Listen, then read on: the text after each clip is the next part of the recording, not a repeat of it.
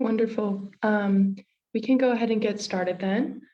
Good afternoon, everyone. I am Natalie Williams, a UVU senior who is majoring in political science with an emphasis in peace and justice studies.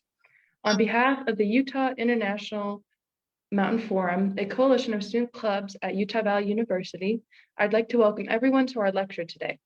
I'd also like to welcome you to the American Founding Lecture and thank our honorable guest, Ambassador Tony Hall, for joining us. This event has been made possible thanks to the History and Political Science Department of Utah Valley University, in particular Dr. Jay Desart, Chair for the History and Political Science Department, and the Gary Herbert Institute for Public Policy. First, I'd like to turn the time over to Dr. Bakhtabek Abdursaev. Hello. As you may already know, one of the key projects of our students work on throughout the semester in this course, Political Science 1000 American Heritage, is the Family History assignment. And this assignment asks students to make a personal connections to our American founding through interviewing family members about their family's history. On February 10th, 2023, we had already an excellent opportunity to learn about family history from such prominent statesmen as the Honorable Robert Livingston. Today, I would like to thank the former ambassador of the United States to the Food and Agriculture Organization of the United Nations, the Honorable Tony Hall, for agreeing to speak before our class as part of the second American founding lecture. And I would like to express appreciation to our distinguished guest for friendship and support to the people, in particular of the CIS countries, including the Kyrgyz Republic, since their independence. And now I turn the time to Alisa Thompson, who is the instructional assistant for this class, my colleague, and the president of the Utah International Mountain Forum, a coalition of student clubs at Utah Valley University. Please, Alisa. Good morning, everyone. This event has been implemented through the Inclusive Co-Curricular Student Engaged Learning Model, or SEL. SEL is where students work together to address real-world issues, with a faculty member serving as a mentor. Student clubs serve as the core of the student engaged learning model, such as the Utah International Mountain Forum, as an inexpensive tool which can be used at any academic institution worldwide. Today's event and series has been hosted and implemented by UVU students, led by Natalie Williams. I will turn the time back to her to introduce our guest speaker today, Ambassador Tony Hall. Thank you, Alisa. I'm excited to introduce our esteemed guest, Ambassador Tony Hall. Ambassador Tony Hall was elected to the United States House of Representatives in 1979. He represented Ohio's 3rd Congressional District during 12 successive two-year terms from 1979 to 2002. Mr. Hall was a founding member of the House Select Committee on Hunger. He served as the committee's chairman from 1989 to 1993 when it was abolished. In response, Mr. Hall fasted for 22 days to bring awareness to domestic and global hunger. Mr. Hall also served on the Foreign Affairs, Small Business, and Rules Committee during his time in Congress. During his tenure in Congress, Hall concentrated on seeking to alleviate world hunger. He made frequent trips to more than 100 countries, such as Sierra Leone, Ethiopia, Sudan, and North Korea, where hunger was widespread. Prior to his almost 24 years in Congress, Mr. Hall was elected to the Ohio House of Representatives, where he served from 1969 to 1972, and the Ohio Senate, where he served from 1973 to 1978. In 1964, Mr. Hall earned his bachelor's degree from Denison University in Granville, Ohio. He received an honorary Doctor of Law degree from Osprey College, Antioch College, and Eastern College, and a Doctor of Humane Letters degree from Loyola College. Additionally, Mr. Hall served as a Peace Corps volunteer in Thailand in 1966 and 1997. In 2002, President George W. Bush appointed Mr. Hall to serve as a U.S. ambassador and chief of the United States mission to the UN agencies in Rome, a position that includes the Food and Agriculture Organization of the United Nations, or FAO, the World Food Program, and the International Fund for Agricultural Development. He remained in this position until 2006. Mr. Hall was nominated for the Nobel Peace Prize in 1998, 1999, and 2001 for his humanitarian and hunger-related work. Mr. Hall created the Hall Hunger Initiative in 2015 to continue his lifelong work to end hunger from his hometown of Dayton, Ohio. He now serves as an executive director emeritus of the Alliance to End Hunger. Hall also serves on the board of advisors of Opportunity International, a charity that seeks to end poverty through microcredit lending to entrepreneurs. Ambassador Hall, I'll now turn the time over to you. Well, thank you, Natalie, and that was a very nice introduction, and I appreciate it very much. I would enjoy getting to know that person you just introduced. I also want to thank Professor Baktivak, who's not only an ambassador and a doctor, but also is a great man and a good friend, and his wife. It's good to be with them, and they're really, really good people. I can imagine what kind of professor and teacher he must be. And thank you for the great honor of being with you today. And it is an honor to be introduced and to be with all of you. It was a wonderful introduction. And I remember one time I was introduced, was just elected to the US Congress, and I had come home from Washington, and a number of people had gathered, like the Chamber of Commerce and people, and they wanted to know the latest from the Congress, what was going on. They wanted my first impressions. It was my first trip to Washington, D.C., and my first committee meeting, and they wanted to know what I had learned, and it was really interesting. And so my friend who introduced me, and he got all excited about introducing me, and he got his words mixed up, and he said, "Now, let's hear from the latest dope from Washington, D.C." And I said, well, this is a very good way to start off. Well, anyway, St. Francis of Assisi said a really interesting thing one time. He said, we need to preach the gospel at all times, and if necessary, use words. And I suppose he was saying that we don't need to necessarily make a lot of speeches or talk so much, but rather show action and demonstrate it, demonstrate our love for our fellow man. And so I think that's a good word. Hopefully I won't speak too long, because I know you have a number of questions you want to ask me.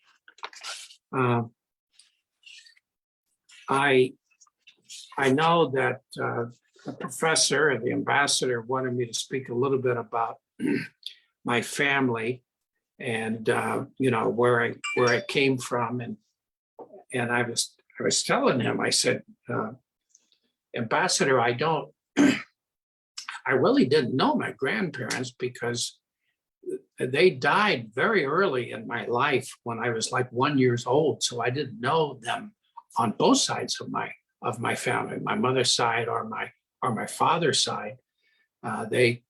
They were small business people. Their background was they came from Europe. They had a mixture of German and Irish and English background. And they were small business people. They were hardworking, good people. But really, my mom and dad were the ones that really had a tremendous amount of influence on me. I would say that it's really interesting about my dad was a businessman. He was very successful. He was not an educated man. My mom or dad did not go to college. They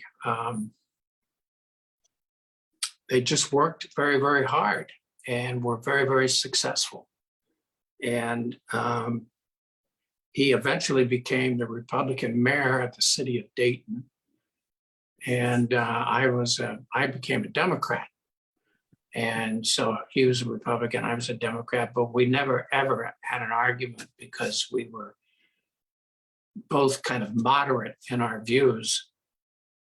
And he was a very good mayor.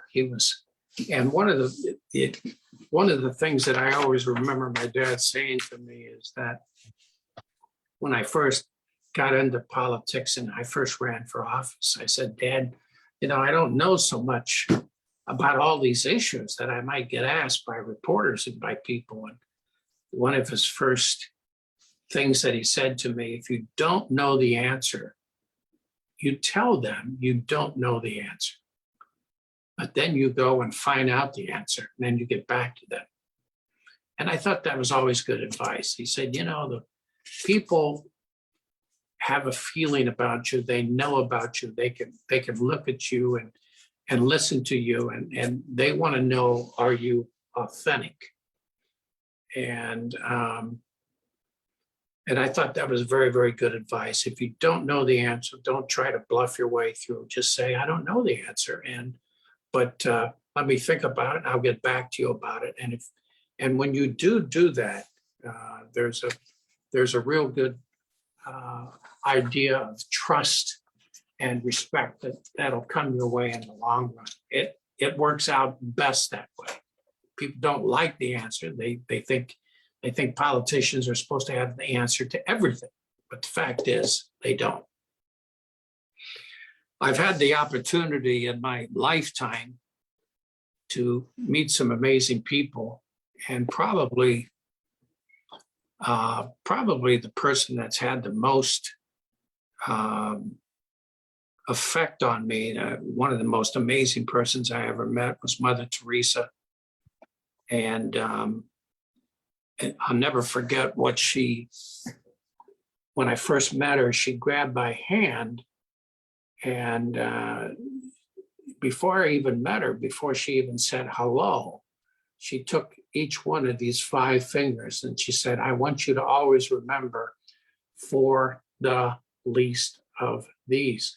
I mean, she was giving me a scripture lesson and telling me to remember the poor and the sick and the hurting and the orphans and the widows right off the bat, even before I shook her hand or said hello or anything. I mean, I thought that was interesting. And then she also said something to me really important later on in the day. I had met Mother Teresa a number of times, and I was in Calcutta with her the first time, and she took me, we went downtown in this very densely populated area of Calcutta, and there was a man lying in the street there, and he looked almost dead to me. And I didn't know what she was going to do. Well, she got some men to pick him up. They took him back to her, not hospital, it was like a hospice. And she took him back and she began to, take care of him, wash him off, and whisper in his ear. And it was amazing. And she came back to me later in the day and she said, not everybody can come to Calcutta like you. And what she was saying was, you need to go back to America and tell people to do the thing that's in front of you. I thought that was a good word. She was saying, there's enough problems around you where you are. What's going on in Utah? What's going on in Idaho? What's going on in Dayton, Ohio, Washington, D.C.? What's going on with your neighbors? What's going on with your friends? What's going on with people that nobody pays attention to, nobody smiles at, and is alone? What's going on with your food bank? Do these people have enough food? And I think what she was saying to me is that if everybody were to take care of the thing that's in front of them, probably half the stuff we do in the government you wouldn't need to do, because we would be taking care of our own problems. And I thought that was a great word, do the thing that's in front of you. Well, let's look at the world today. And what does it look like? What's going on? Well, today there are probably somewhere between 35 and 40 crises going on right now. And there's at least 1 billion people right now that are hungry. There's 2 billion people that are making less than $2 a day. And before this day is up, there'll be at least 25,000 people that will die. They'll die of hunger. And they'll die of dehydration. They'll die of their immune system breaks down. And they'll die mostly because they haven't eaten. And 25,000 people died yesterday as well. And it's a fact of life. In our own country, in America, we have 38 million people, approximately 38 million people that will go to bed hungry this month. And now it's not the kind of hunger that you will see in the Congo or in South Sudan or in Ethiopia, where people are falling over and they're dropping dead because they're hungry and they're starving. It's the kind of hunger where 2 or 3 days out of every month, mothers and children are going without food. And by the time that they pay for rent and the daycare bill and their utility bill, they've just about run out of money. And if they have one problem during the month, they have a flat tire, one of their children gets sick, they're in trouble. And so a lot of them find themselves going to food banks and soup kitchens and looking for help, looking for aid. And that's what's going on in the world right now and in our own country. I know that this sounds like a pessimistic thing. I will say this, that we have made amazing progress up until the COVID epidemic and the war in Ukraine. 2 things have really happened that it really speaks well for what has been going on. One, we have cut hunger in half and we cut poverty in half in the world. And the programs that we have worked through, the FAO, the World Food Program, USAID, nonprofit organizations that many of you know in this country, they actually work.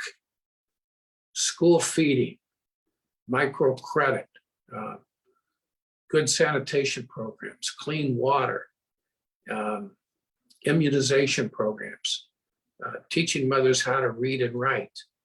If you do these 4 or 5 things, and especially in third world nations, you will not only cut down on the population of the country, but you will increase the gross national product. They actually work. And up until the COVID hit, the COVID epidemic and the Ukraine war, we had cut hunger and poverty in half. So there is good news that these things, these programs that we have started through the government and through nonprofit organizations actually work. I've been involved with so many things. The reason I'm involved in hunger is it started with me when I was in the Congress, probably started with me when I was in the US Peace Corps, and I lived in Thailand and I spoke the language and lived up country. I lived very poor, but I didn't know much about poverty until I lived among it. And when I came back home, I became a small businessman, and then I got involved in politics, ran, was successful. And then when I was in Congress, I became eventually the chairman of the Select Committee on Hunger. And it was my job to travel to difficult places in the world, North Korea, the Congo, South Sudan, Ethiopia, places that had drought, civil war, places where people were starving and hungry. And the first place I went to was Ethiopia. And it was in the 1980s, way before all of you were born. And that particular trip opened my eyes. I saw 25 children die one morning. And I was actually with Mother Teresa's group and visiting her clinic, which was north of Addis Ababa, and it was up on a plateau, and people were running for their lives, and they were tired and sick and dehydrated and scared. And they just laid down. They got tired of running, and they laid down and decided that they weren't going to run anymore. And within about 15 minutes, I saw 25 children die. And mothers were handing me their dead babies, thinking that maybe he was, because I was unusual. I was among all these Ethiopians, and they thought, well, he's a white guy. He must be a doctor. And so they're giving me their dead babies, thinking that I can bring them back to life. And I was stunned. I had never seen anything like it. And for the next 3 days, that's what I saw. And it just overwhelmed me. And I knew then, coming back from that experience, when I was flying back, that that's what I was going to do. I was going to concentrate on hunger and humanitarian work as a congressman. And that's kind of what I've been doing since the early 1980s. I've been working on it. I've been traveling. I've been involved with it. I've started programs. I've passed legislation, and I love it. I love working on it. And I tell people that, and especially young people that have come to work with me over the years, I said, you're not, this issue, you're not going to get rich working on this issue, but you will be extremely satisfied. And when you go to bed at night, there are going to be times when you go to bed and you're going to say, man, this is great. This has been a great day. I've saved some lives today. You'll be able to say that. And not many people in this world can say that. And so I urge you to think about that kind of life, because it's a good life, and it's a tough life, but it's a good life. I have many other things I'd love to say to you, but I know you have some questions, and why don't I stop and you can ask your questions. Ambassador Hall, thank you so much for giving us that short look into the work you've been able to accomplish through your positions and the passion that you bring to your humanitarian aid work and fighting global hunger. It's truly inspiring. I would like to go ahead and open this up for questions.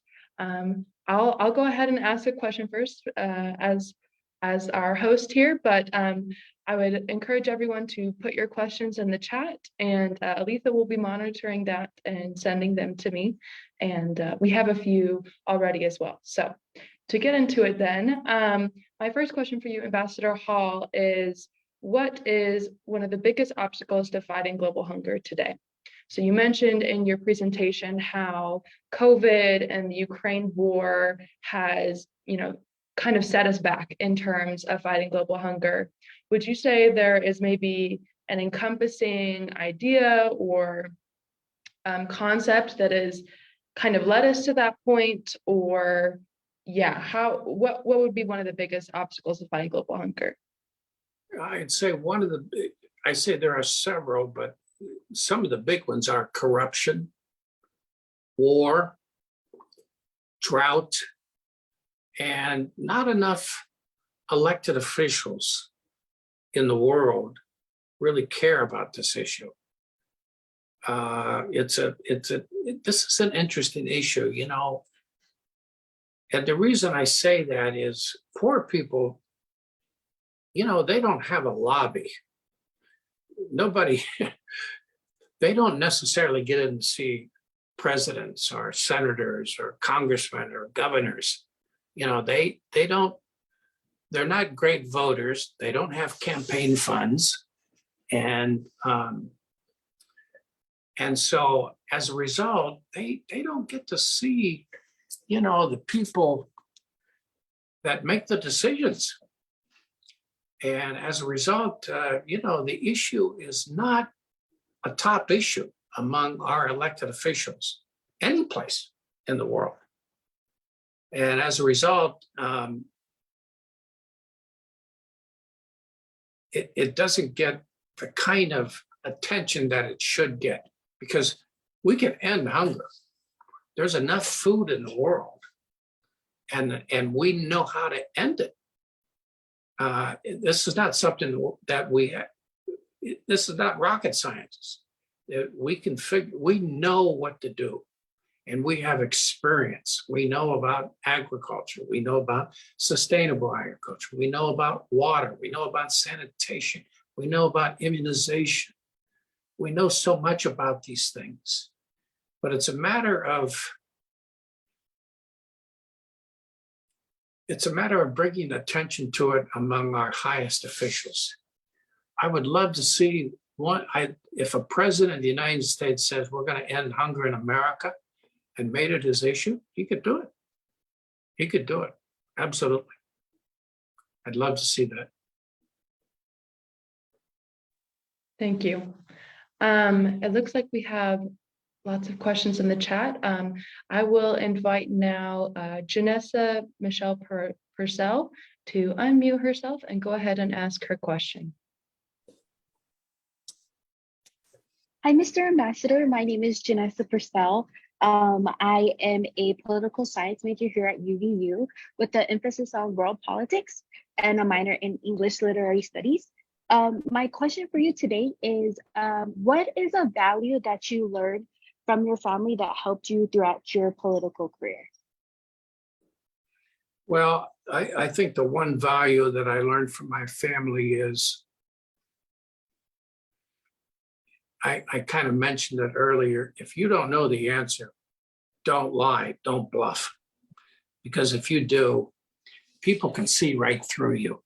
You know, when you see a politician on TV or something and they answer a question, sometimes you're thinking, not only do they not know the answer, but they're avoiding the answer.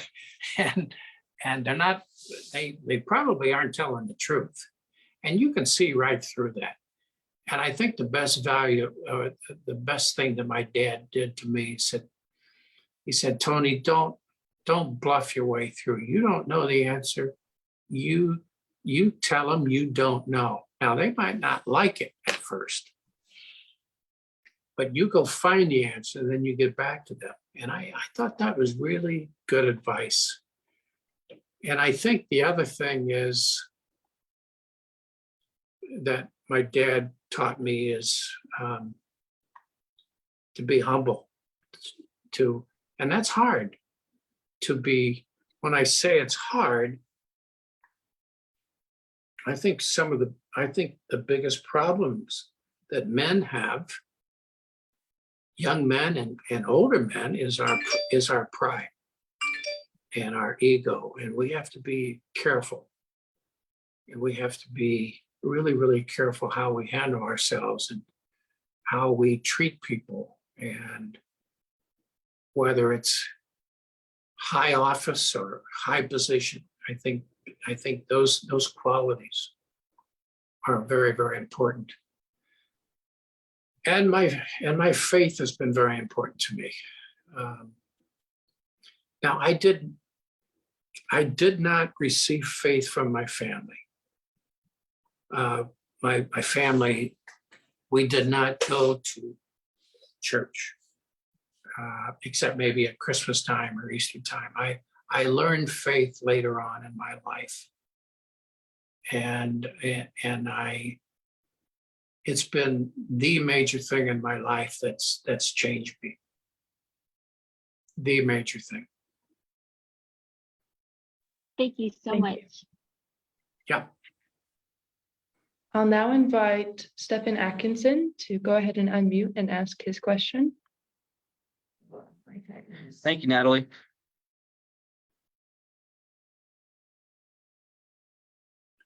I think I'm not receiving anything. I think, Stefan, your screen froze. Are you still with us? Uncle was actually the ambassador to Italy. Yep. Oh, never mind. I just unfroze. Am I there working now, Letha? Okay. Start over Sorry again. about that. Yeah. Technology is great sometimes, right?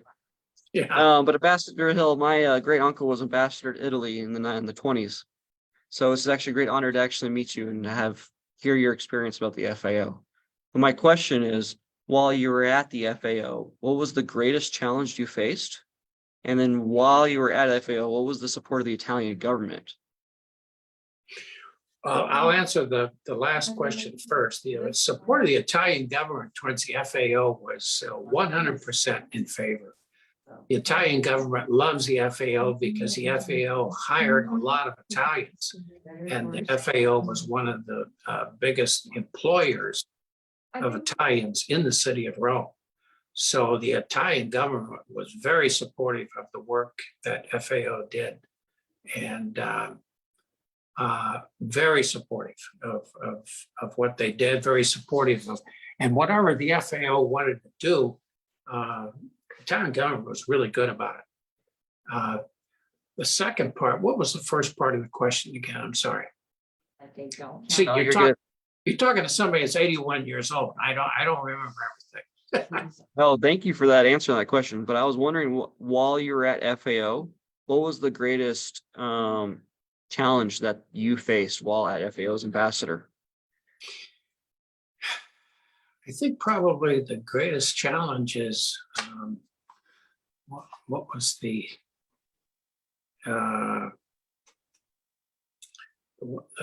thing that we wrestled with more than anything was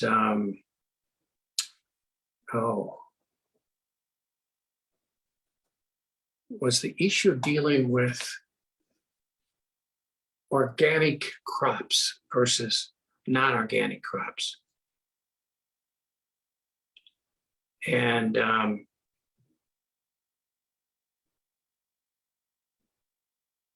the what's the word?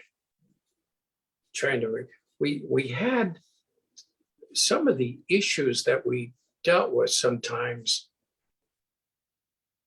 that were most difficult is sometimes the regions of ambassadors, like all the ambassadors with Africa would stick together, and all the ambassadors from Europe would stick together, and all the ambassadors from South America would stick together, and you had these coalitions.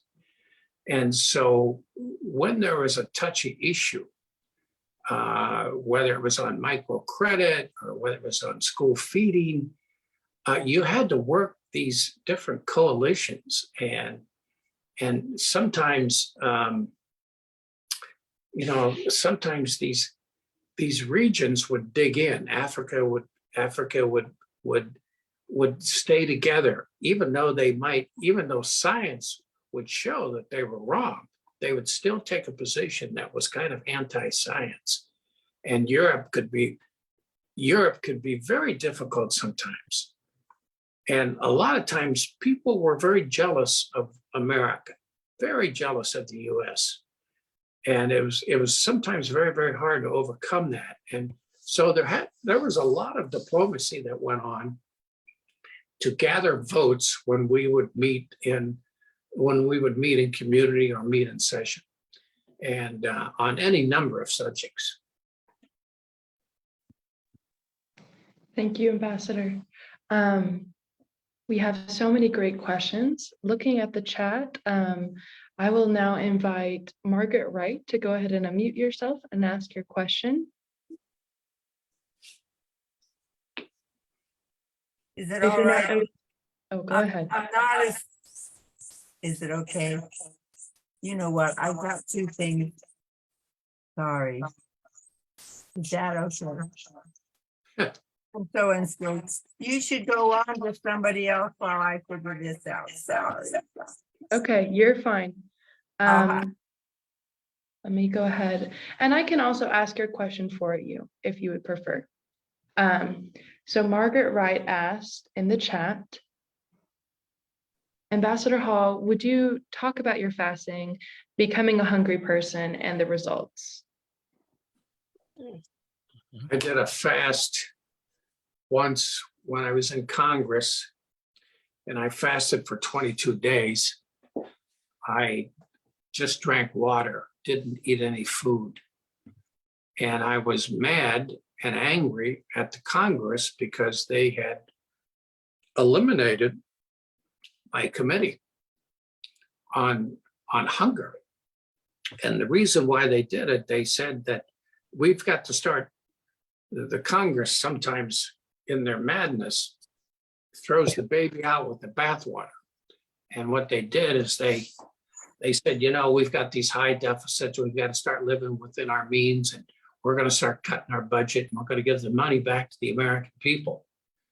And so the first thing that they cut was the Select Committee on Hunger. Well, the Select Committee on Hunger was called by the New York Times as the conscience of the Congress. We passed more legislation. We got all the awards. We spent very little money, and yet they thought they would get all kinds of awards for doing this, and they never gave the money back to the American people. They kept it and spread it among the other committees. Now I'm mad. And I really didn't know what to do. I went home, and that night I told my wife I was thinking about quitting Congress because this was the issue that was important, and the members of Congress didn't care about the poor. And I thought, you know, these people do not care. And I said, I'm sick and tired of them. I'm going to get out of Congress. And my wife said, did you ever think about a fast, F-A-S-T? And we read, she had just read something from Isaiah 58, which is from Isaiah 58, which has to do with fasting. And if you've never read that, you ought to read that tonight. It's very interesting. And so the next day I announced to the Congress that I was going to fast, and I was sick and tired of them not caring about the hungry. And I essentially said I was going to fast until something good happens. And I didn't know what it was going to be. And the Congress thought I was crazy. I mean, they thought this guy is a real nutcase. And I'm thinking, maybe I am a nutcase. Because nobody was with me except, you know, friends that prayed with me and my wife and friends like that. And I thought, you know, the press was there and covered it. There must have been 25 TV cameras there and said, but the interesting thing about it is the press really made this thing into a big deal. I mean, and they began to report about it and said this congressman, there's never been a congressman that ever fasted before like this. And they began to cover it. And 10,000 high schools fasted with me, with 200 universities. And it turned out to be very powerful. And so many good things happened. It was incredible what happened, how it turned everything around. And all I'm doing is I'm just following what I think God wants me to do, and I'm not eating. I'm just drinking water. And what got me to stop was the World Bank, which is the largest bank in the world, located in Washington, D.C. It's a multi-billion-dollar bank. And they called me and said, we would like for you to come and make a speech because we've been reading about you in the Washington Post, New York Times. We've been watching you on television, and we're really excited about what we're learning about fasting and about what you're doing. If you make a good speech, we might commit to your fast and to helping. And so I went and made a speech, and they committed $100 million to my fast. And the money essentially went to women on microcredit. $100 million went to places like Bangladesh, India, where they would loan women $100 to $150, which in some of those places was a lot of money. And these women would start their own businesses, a bakery, a sewing shop, all kinds of different types of industries where they would hire other people. And that $100 million is now up to $500 million because it was all paid back with interest. And it keeps building and building and building. One fast. And the interesting thing about the fast is I learned a lot about hunger and what it is to be really hungry. And, I hadn't realized, because as I would travel and go to various places, I would see these hungry kids that had these tubes down their nose, and they were force feeding them liquid foods, like it's called lipids and things like that. It's a liquid food.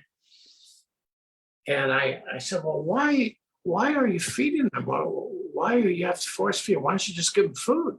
They said they won't eat it because their body fools them, or their body begins to turn against them and tell them they're not hungry. And I felt the same way. After 7 days, my body told me I don't need to eat anymore. And your body begins to eat the fat that you have in your body, and it begins to lie to you. It begins to tell you that you don't need to eat anymore. You just drink water.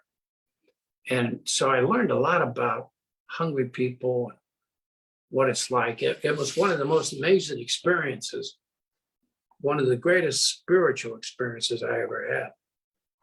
And it was powerful, very powerful. Thank you, Ambassador Hall. It's truly, truly inspiring for us hearing about this and seeing how one fast could turn into such an enormous impact for women around the world in hungry situations. For our next question, I'd like to ask you, as a Peace and Justice Studies student here at Utah Valley University, I was wondering how, from your experience, you think peace and justice studies concepts could be introduced into Congress to promote bipartisanship and reconciliation between parties. I think it's a great idea. I think it would be wonderful if it would be introduced, and maybe it's something that you students ought to do. I mean, I know that when I introduced my fasting, everybody thought I was silly, but it worked.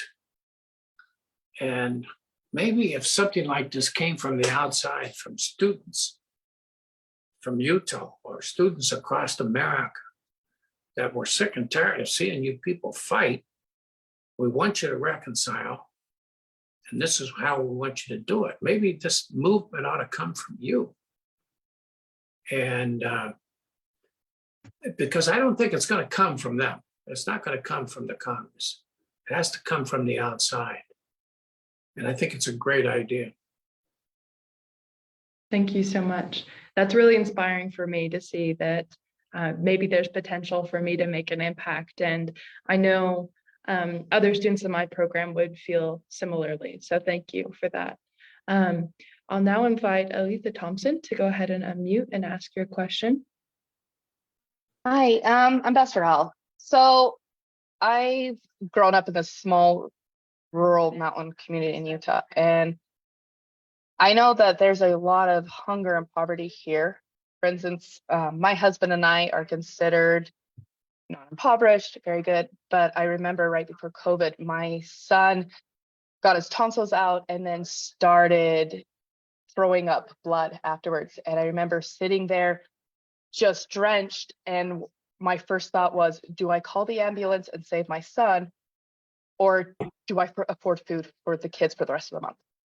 Because the ambulances are out of network, and that thought has haunted me for years, that moms are put in this. And I've heard this story over and over throughout all of Utah and a lot of rural things in the United States. And a lot of these moms, just including myself, just feel hopeless because it's impossible to get a voice out there and to be heard, and Congress to listen. And then we that marginally.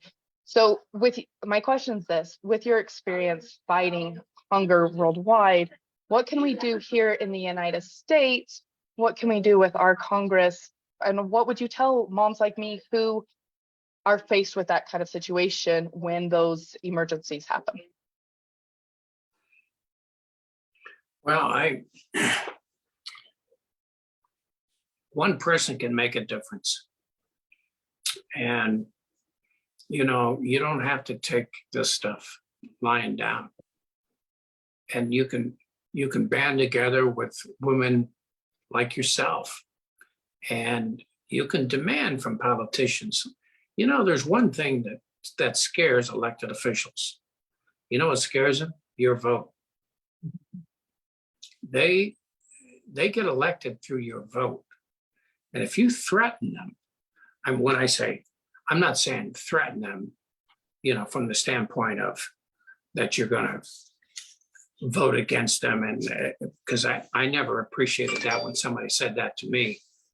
But when you show them that you need help and you have a force behind you of other women that really care about this issue, they know that if they don't act, that you're always going to remember this, and you're probably not going to vote for them. And I know that whenever people came in to see me in my office and they wanted something, unless I had a principle against that particular issue, I would listen to them. And because they were telling me something I didn't know, because probably these elected officials don't know the problem you go through. They don't know it. It's not that they don't care. They don't know. They just don't know. Most of these elected officials are good people. Yeah, there are crazy people out there, and you see them on television. It's too bad that the media shows the crazies in politics, and they don't show the really good people. Most of the elected officials are really good people, Republicans and Democrats. They work hard, they care, but you don't see them because they're pretty solid and they're pretty gentle, and they go about their work. But the media likes the sensational. But I'm telling you, many of them just don't know. So you have to go and you have to explain it to them. I used to take one of the best things that I ever did in Congress is I would take members of Congress overseas with me that had never seen hunger. They had never seen anybody die. They had never seen anybody sick. They had never seen anybody starve. And I would take them with me to the Congo, Ethiopia, Djibouti.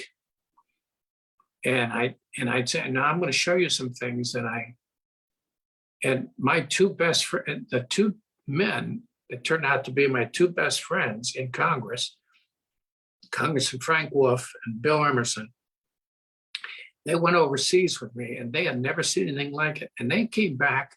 They're both Republicans. I'm a Democrat. They both came back, and they turned out to be really great supporters of hungry and poor people. And they said to themselves, if we've got this kind of problem overseas, we must have this problem in our districts. And they went out and started programs in their own district and became amazing congressmen. And then the three of us, we stayed together for the whole time we were in Congress together, and we prayed together, and our wives became very good friends. But you have to take a congressman or a senator or a mayor or a councilman. They got to see it. They got to feel it. You have to tell them about it, because they don't know. They really don't. They're dealing with, before this Congress is up, by the end of the year, there will be 15,000 issues before them. 15,000. And you know that they don't know about those 15,000 issues. They know about 200 of them. Now, if you have one of those 15,000 issues, if you don't make it important to them. If you don't put it in front of their face, they're not going to know about it. You're not going to get any attention. So if you want to do peace and reconciliation in Congress, like Natalie wants to do it. What did Mother Teresa say? Do the thing that's in front of you. What's in front of you? This is what you understand. You understand this. If this is something you want to do, then you should do it. Organize it. Get it done. Go after these people. Don't let these congressmen, senators, mayors get away with this. And you know what? A lot of them will thank you when you teach them and when you guide them and when you educate them, because they need to be educated. They don't know. I didn't know until I went to Ethiopia. I didn't know about this. I didn't know these things went on. Thank you, Ambassador. Really wonderful. Aletha, I hope that answered your question. We're coming down to the last of it, so we'll be sure to ask just a few more questions here. We had Olivia Ellis submit a question online and asked, how do you recommend learning about history for someone that is a hands-on learner? Well, you got to go see it if you're hands-on, and you got to travel, and you've got to study it, and you've got to live it, and you know, the Peace Corps helped me a lot.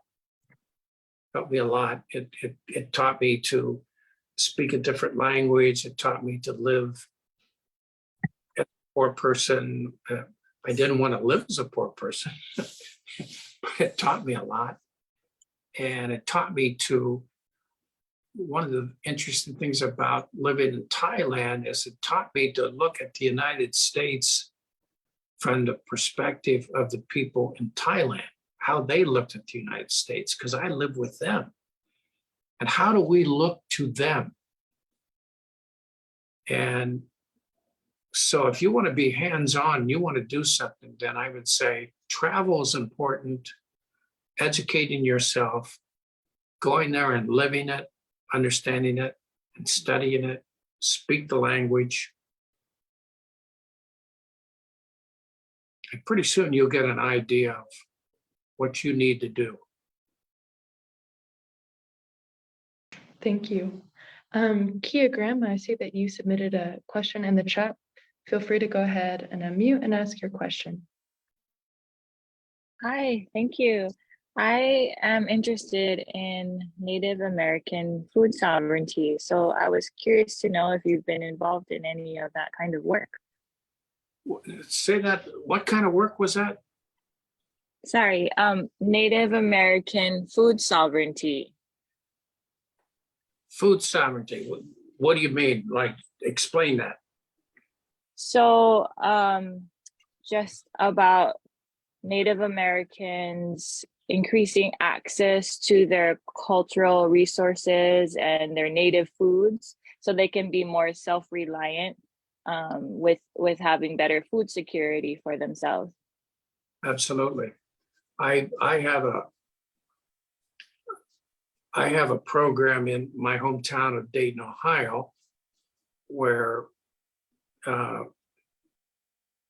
we practice producing our own food on city lots and vacant lots, and it's open to everybody. Also, we started we just built a grocery store in Dayton, Ohio, because I have one of the largest food deserts in America in Dayton, Ohio. I'm sure you know what a food desert is, but a food desert, if you don't know, is a place where there are no grocery stores. All the grocery stores have moved to the suburbs. And they moved to the suburbs because that's where the money is. And so the people in the cities, like Dayton, Ohio, they have to all the grocery stores shut down. And they moved to the suburbs, and so they have to take a bus downtown, then a bus to the suburbs. Well, if you're talking senior citizens and women with children, I mean, we're talking 2 hours to go out there and come back. And how many groceries can you carry if you have children, or if you're a senior citizen? I mean, you can't carry much. So we built a grocery store for them right in the middle of the food desert. And I was chairman of the fundraising program. We raised $5 million, and they own it. The people in the food desert, they own this store, they run this store, and they're in charge of this store. We gave it to them. And so there's a lot of things going on like that, where whether it's in Native American areas or especially in cities where we really have problems, where there are food deserts, but there's actually food deserts also in rural areas as well, too, where people have a heck of a time getting to the grocery store. Grocery stores, for the most part, unless you're a Walmart or a Kroger, or a Kroger is a big store in Ohio. If you're not a Walmart, grocery stores don't make a lot of money. Their margin of profit is very small. So they're going to go someplace where they make money. And so what happens is poor people don't have access to fruit and vegetables. And so their nutrition is not good. So they end up going to these dollar stores. And let me tell you, these dollar stores, in some cases, they charge $1 a banana. These dollar stores are not dollar stores. I mean, they are expensive, and they rip off, in my opinion, they rip off poor people. And so we've got to put grocery stores in there and mobile food stores, which we're doing in Dayton, Ohio, my home. But it's got to be done locally. It's got to be done by the local people. We did all this without the government doing it. I mean, we couldn't ask the government to do it because they're involved in bigger things. That's Thank you, amazing. Joe. Thank you so much for sharing. Thank you, Kia, for your question, and thank you, Ambassador Hall, for your answer here. Seeing we have only 1 minute left, we'll go ahead and wrap up. Thank you again so much, Ambassador Hall, for providing this excellent educational opportunity to our students here at Utah Valley University. The amount of insight you gave into humanitarian work as well as fighting global hunger was just truly incredible, as well as I feel like I am stepping away with an increased appreciation and sense of empowerment in what I can do in these important issues. So we'd like to send you a gift. If that is all right with you, I'll go ahead and get in touch with you after today in order to work that out. But thank you again so much. Thanks for everyone who was able to join in. I hope you all have a wonderful rest of your day. Well, you're welcome, and thanks, Natalie. You did a wonderful job, and you have a wonderful professor in Ambassador Back-to-Back. Thank you. Yeah. Thank you. Thank you so much. Thank you.